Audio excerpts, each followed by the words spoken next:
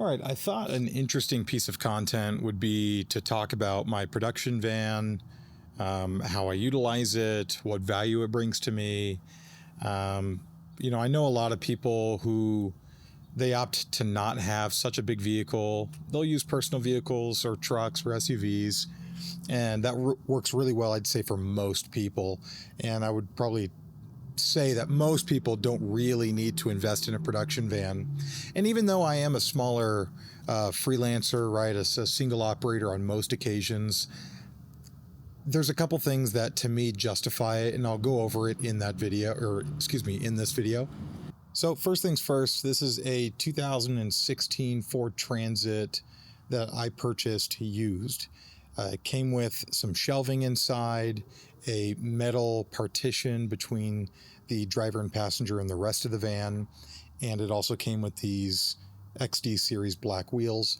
I probably would have kept stock wheels on it. I would much rather have something that's very, incognito, doesn't stand out, but I'm not going to go out of my way and replace the wheels with the stock stuff. So anyways, the front of it is pretty much stock and standard. I've done basically nothing to it aside from adding a seat cushion just for the longer trips, and then a phone mount and a rear facing camera. So everything else is stock on it. Nothing fancy, nothing to, really go on and on about. And kind of starting at the back here, I've got on this left side door, driver's side, a 3-step ladder that gets used pretty frequently, as well as 2 black stools I just got from Walmart. These are just, lightweight, fold out, and they've actually been a lot more useful than I thought they would be. Number one, if I need a seat, easy enough, I can do that. And the second thing would be for interviews. Oftentimes I go to an office and you get those classic high back chairs, and they don't always look good. In fact, most of the time I don't think that they look good. So having stools as an option to bring in for an interviewer, and having 2 so that 2 people could be at the same height, interviewer and interviewee, I think is pretty awesome. And it's actually saved quite a few shoots where I just think it looked a lot better doing it this way. I also made sure to get something that didn't swivel. People kind of have a tendency to rock left and right when they're sitting in a swivelly chair. So this kind of keeps people sitting exactly where I want them and not rolling around, not swiveling. So that's that. Next to that would be a 3-tier cart from Olympia. It's like, I don't know, $100, $200. It's a 3-tier cart, has a decent payload. I did upgrade the wheels because the wheels that came with it are quite small and would get caught on smaller rocks and things like that, and didn't roll incredibly smooth. So I got shopping cart wheels basically, and added some carpet to the top. This is by far the lightest and quickest to deploy cart that I've ever had, and I really didn't see a need to get the larger aluminum metal carts that you see on most production sets. But I will get to the cart that I have on the right here in a second. That's a new addition. But this is basically what I quickly have access to in the back. Open up the doors. I've got that cart. I bring that out immediately, and I can start stacking stuff on top of it. If I open up the side door here, just to get some light in. I really don't mind starting from here and working my way back to the shelving, but basically what you'll see here is, for starters, safety equipment. I've got a fire extinguisher and a first aid kit. Fire extinguisher is a little bit on the smaller side, but maybe I'll get another one. Maybe I'll get a bigger one. And then I've got this Mercedes Sprinter seat. And I originally purchased this to install and basically create a passenger area. And then I changed my mind. So I do not use this seat for when I'm driving or really to ever have passengers sit in. That's just not an option. It's ratchet strapped down, not bolted. So it just wouldn't be safe. But I love to use this for things like when I have a drone shot that I need to get on the side of the road. I can actually just sit in that outermost chair, fly the drone. I'm in the shade. It's a good setup all around. If I need to have a seat, I can take one here, right? And I don't have to be in the front of the van with the steering wheel in my way and all that stuff. So anyways, I just really like having this here, and I don't really have an intention to install it a different way or getting rid of it. It's just a good addition.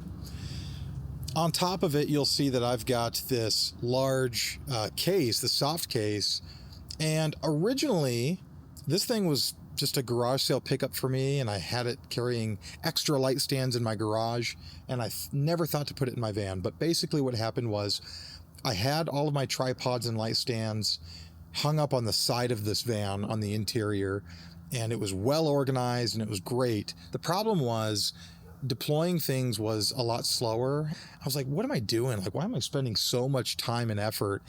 So I took the case from the garage, put it on top of the seat, and now when I'm ready to go on set, basically I'll just take tripods out, light stands, whatever I need from this case. And when I'm done, I can just lay them in here, and that's that. It's a lot faster. I'm not super, protective about everything. And I don't know. I just like it a lot better. If I want access to these seats, I can always fold this down, raise it up, and then I've got a strap on the wall that can kind of hold it so it doesn't fall. And the other thing to note about this case is that it's got wheels. So there's been a few circumstances where I knew I was going to use all my tripods and light stands, things like that are in that case. And I just zip it up, take it out of the van, and I can roll it wherever I need to. So that was kind of a nice benefit as well. This little blue thing here is actually a chair that I found on Amazon, basically like a bowling ball. You grab it there and grab it on the other side, and when you pull those away from each other and give it a twist, it turns into a chair height stool. It's fantastic. It's really lightweight, and I just kind of bring it everywhere just in case myself or somebody else needs to sit down for something, take a rest, whatever it is. It's just kind of nice to have that, and you're not always having to sit on the floor. Underneath, I just store my sandbags and sound blankets and some diffusion material, things like that. That kind of gets stored away underneath, so that's nice. That box that you see there, the gray box, this is a 2,000 watt battery basically, and let me see if I can get the logo of it. It's like that Bluedy brand. I don't know how to properly pronounce that, but this thing has saved my butt many times. If I don't have an outlet where I thought I might, if I need to quickly charge my laptop, quickly charge a drone, things like that, having a power supply in the van ready to go has been really great. In fact, just yesterday, maybe I can pull these up as well, but just yesterday, I was working an event, and basically the presenter forgot two things. Number one, they didn't have an extension cord to get their laptop charged, and the venue didn't really want to have a tripping hazard and run an extension cord in the first place. So I said, hey, let me bring this in. And so I had this, and I set it right under the desk that they were at. And they were able to keep their laptop charged the entire time. And this only went down a few percent over the course of basically 2 hours with their laptop plugged in. So that was great. The other thing they forgot was a presentation clicker, like those little handheld advance and whatever the slides. And they didn't have that. And again, if I have a van like this, I need to have all the trinkets and accessories. So funny enough, I had one of those too. So I felt like the hero yesterday. I was just there for video, and I ended up charging somebody's laptop the whole day and giving them a presentation clicker. And that was really cool. They were very, very appreciative. Over here, I also have a aluminum wheel well cover, just so that, it came with the van and it was on the other side, but I ended up using it to place my C-stands on top of. I didn't want my C-stands standing vertically, and I didn't want them on top of anything where they potentially could fall. They're just very heavy. I don't need them damaging something if they were to fall. They don't move in that spot. They just kind of hang out there while I'm driving, and it's amazing. When I need them, they're right there, and it just kind of worked out to where that's a great spot for them. Next to that, I've just got some clamps and things in a basket. On the second shelf, I like to keep lighting, monitors, headsets, teleprompters, just kind of a variety pack of things that I need basically every other job. And so they kind of live in here as well, and I can always access them. The nice thing about having a production van is that I know what I have in it, and I know what I need to add to it depending on the job. And it's very fast for me to say, oh, I need diffusion material. Oh, I need a lighting modifier. Oh, we need a wireless transmitter and receiver for video on this set. And I know exactly where it's at in the van. It's not buried under anything as if I was in an SUV and had like boxes stacked on top of each other. No, everything is really quick to get access to.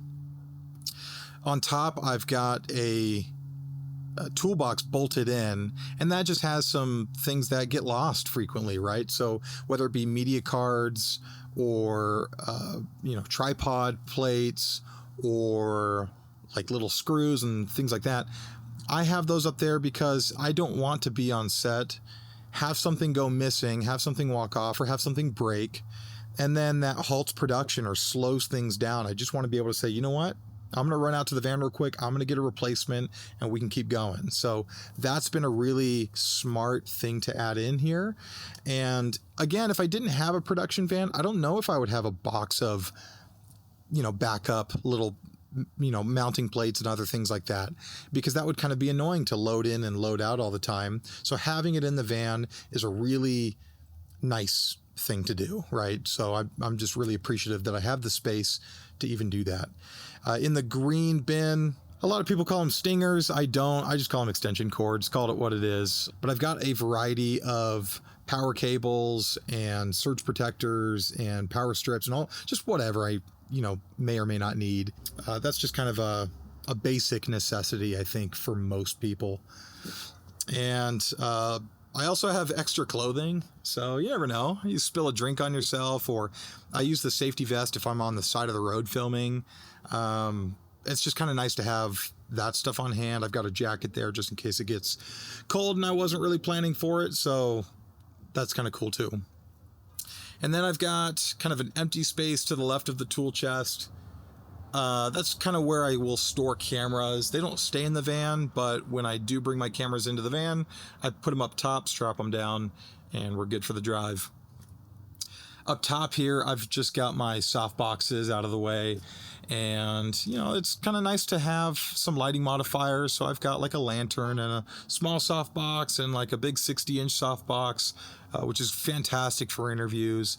But I keep them up and out of the way. I just don't want anything to fall on them or sit on them and bend the pretty delicate frame on the soft boxes. So that's that. So lastly is the new addition, which is this Gator Frameworks cart. The short story on this is that I definitely wanted a cart, and I was looking into the Pro-Aim carts. I was looking into innovative carts, and you know what? For $1,000, $2,000, $4,000, I think it would have been a great addition. But here's what's so cool about this cart is that it is basically a all-terrain utility cart, and it can fold away basically pretty flat. The wheels stay on, so it's not super fancy, but it has a decent payload, like I think 300 pounds, something like that. Sorry, quick angle change while a couple of people were walking by. What I ended up doing to it was I extended the cart to its maximum length, which is 52 inches, which if you look up like a 52-inch production cart, I didn't find any that exist. But what I did was I extended this to 52 inches. I ended up welding this round tubing with some brackets that go into holes that pre-existed on the cart, so I didn't have to drill anything out. And, you know, just with 4 bolts, this whole thing can come off. But here's what's so cool. Using these pipe brackets, I'm able to attach this, you know, inch thick piece of wood. So it's a really good sturdy piece of wood. I glued and stapled some carpeting material. I just went to Lowe's, found this huge outdoor rug, which is like 27, 28 bucks. And I cut out a piece, glued and stapled it down. And so now it's very slip resistant. It's a very sturdy surface. It doesn't want to rock, it doesn't want to move. And this whole cart weighs nothing. It's really easy for me to just lift one side of the cart up, put it into the van, and then walk to the other side, lift that up, and just slide the whole thing in. So this ended up being a really clever purchase for me. And it stays in the van. I've just got these pull straps, so don't even have to like really ratchet it down, and just pull that down, pulls on the bar. It stays in the van exactly like this, and it's really, really nice to work with. Deploying this, bringing this out of the van is super, super simple, and it holds basically all of the equipment that I need. So between these 2 carts, I have extra storage. And what I like to do is on the bottom of this cart, I'll have, you know, lighting equipment or tripods and stands or C-stands. All of that kind of goes on the bottom so that if it falls, it has a very short distance of falling. And on the 3-tier cart, I usually will do camera bags. And I leave the top of this, if I can, I'll leave the top of this cart completely blank, and it becomes a mobile work surface. And that's just so cool. And not to mention, I did say it was all terrain. So these are kind of like, these are like foam wheels. I wouldn't call them plastic necessarily. Maybe they are, but I wouldn't call them plastic. And I definitely don't think they're like pneumatic rubber tires. So some sort of a hybrid, but they just roll over rocks, pebbles, you know, cracks in the concrete like nothing.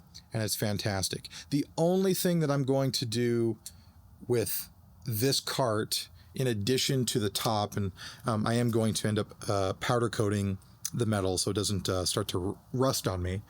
But the only thing is I need to weld a couple gussets on the front wheels. These kind of have a known issue in the reviews where if there's a high payload on that front side and the wheels hit a curb or something like that, those welds on the front are pretty small and they may break off, and obviously you'll need to repair the cart.